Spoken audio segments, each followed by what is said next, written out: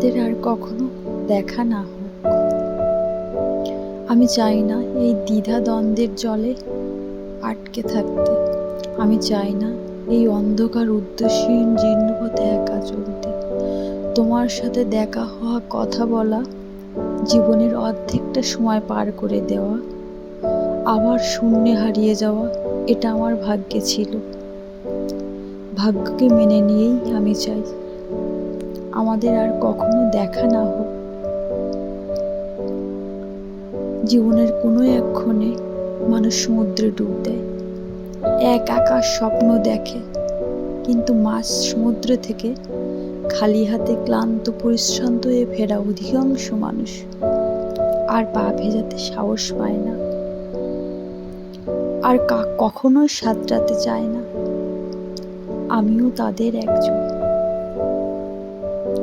এই ঠুনকো হৃদয় নিয়ে আমাদের আর কখনো দেখা না হোক।